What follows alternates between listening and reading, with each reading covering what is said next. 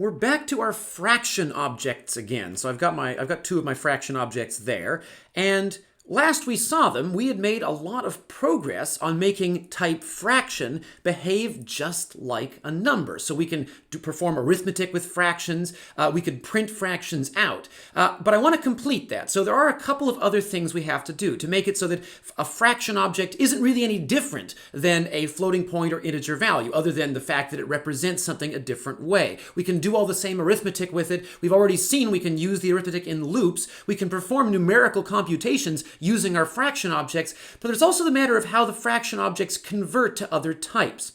We should already be familiar with this idea that we can write something like, here's an int, okay, and then here's a float.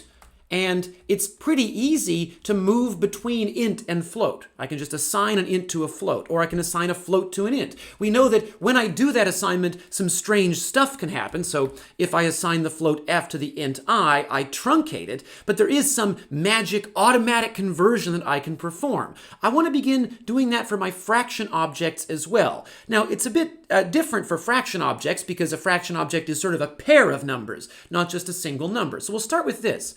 I would like this assignment statement on line 114 to work. So I have on line 110 a pair object. I've created it explicitly using type stdpair, but as we know from earlier in the course, often we make pairs implicitly, just with curly brackets, when we call a function or something, or we make them by using the makePair function. One way or the other, we end up with variables of type stdpair. In this case, a pair of an int and another int.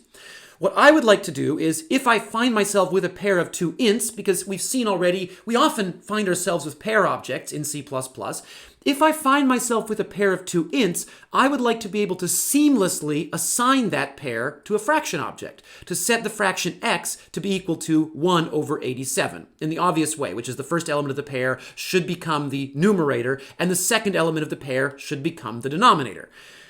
Okay, so I guess the first thing we do is just try our luck. I mean, fingers crossed. Let's see if, now, I should say the compiler is probably very grumpy after the week that it's had, but frankly, I think it might have a point here.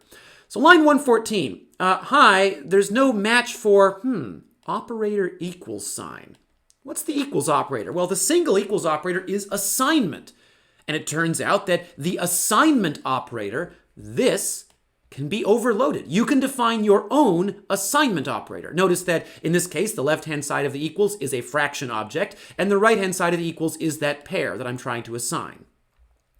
It tries a couple of things, and we'll come back to this in a future video. The compiler does have some ways that it's like, it does generate for you a couple of assignment operators that you can use, but it doesn't produce this one. Here, I'm trying to assign a pair of ints to a fraction.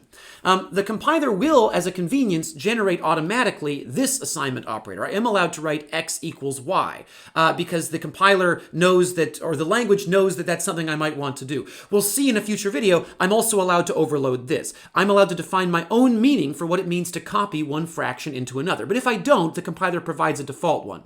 The compiler does not provide a default in this case. It doesn't know why I'd want to do this, and so it won't do it for me. If I would like to assign a pair, or whatever, to a fraction, I have to do that myself. Okay, so I have to go write the assignment operator for fraction objects. We saw in a previous video that we have the option for most operators of defining them either inside the class or outside the class.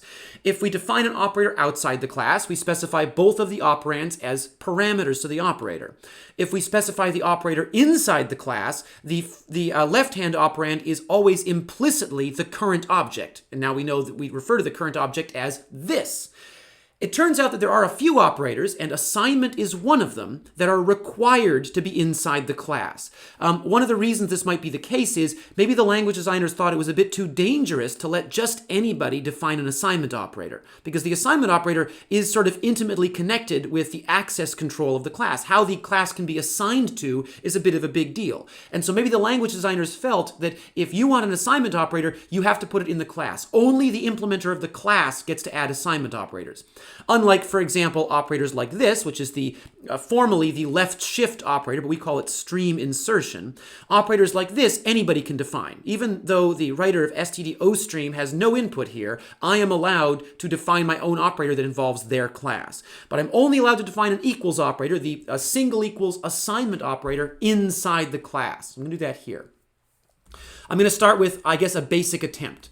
So operator single equals, and it takes on the right-hand side std pair of int, and we'll call that p.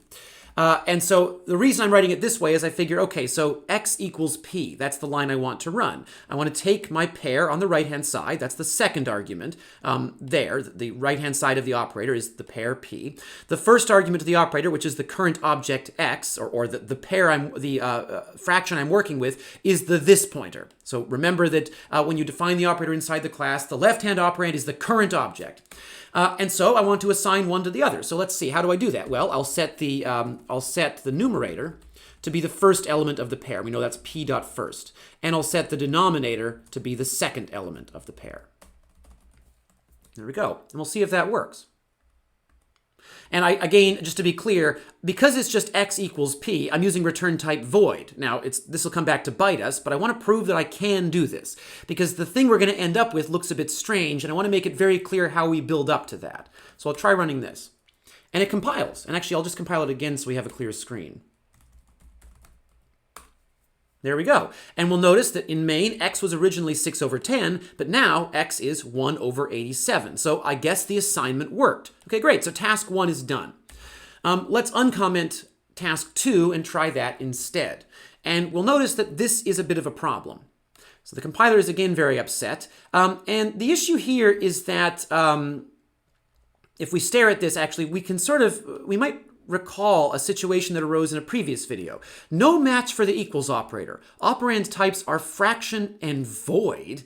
And we recall that this happened before in a very similar case where we're chaining together a bunch of different operators. And so this is a very valid assignment.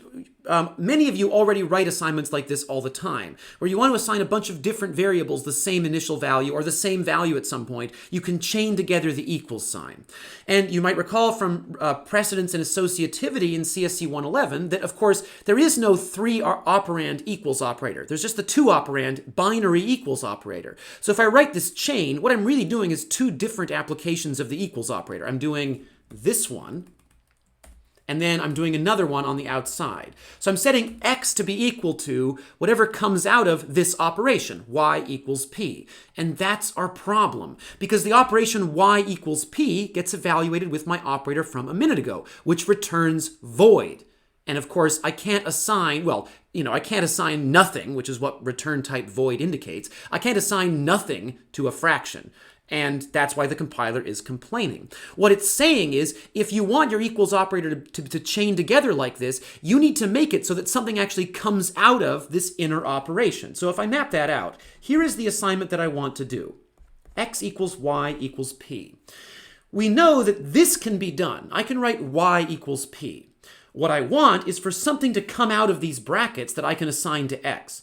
I think that, given what we know about assignment statements, the reasonable thing to come out of the brackets should have type fraction. And I should already know it is valid to assign a fraction to a fraction. Even though I didn't write that equals operator, the one that takes a fraction on the right-hand side, the compiler provides one for free. We'll see in a couple of videos that I could also write my own if I wanted to. Okay, so I want to write x equals y equals p, and I want the operation y equals p to return an object of type fraction.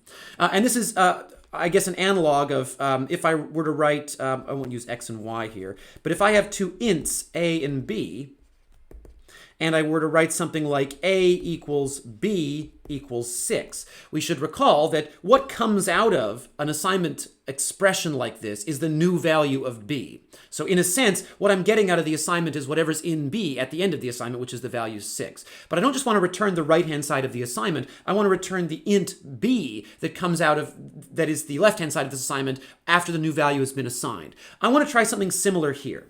I would like my equals operator to return a value, because that way I can chain it together. What I want it to return is a fraction object. Okay, so how do we do that? And maybe now we'll be revealing why this video is where it is in the sequence, why we didn't do this 2 videos ago. So I want my operator to return something of type, I don't know, fraction, reference to fraction, because I want to avoid making copies if at all possible. So I think to myself, in this function, in the operator that I'm writing, do I have any fraction objects on hand? Well, yeah, the current fraction object. So what I could do is I could write my operator to function sort of like this. If I write x equals y equals p, what comes out of the brackets will just be the object y, the left-hand operand of the operator, which is of type fraction. So how do I get that? Well, I'm inside the operator, and what I want to return is the left-hand operand, which we know is the current object. So I want to return something of type fraction. So I return star this. The current object. The object refers to itself. It says return me from the equals operator. Recall from the previous video that when I have to refer to the current object directly, I have to use star this, because just using the word this gives me a pointer to the current object, sort of strangely, sort of incongruously, given how consistent the language otherwise is about this.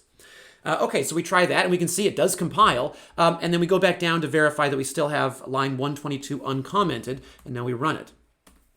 And there it is. Both x and y did get assigned the value of p. First, p was assigned to y, and then that equals operator returned y, which then got assigned to x. And so conceptually, that would be similar to writing y equals p, and then on the next line, x equals y. But I was now able to chain my assignments together. So I am one step closer to these fraction objects basically being transparently some kind of numerical type, just like double or float or int.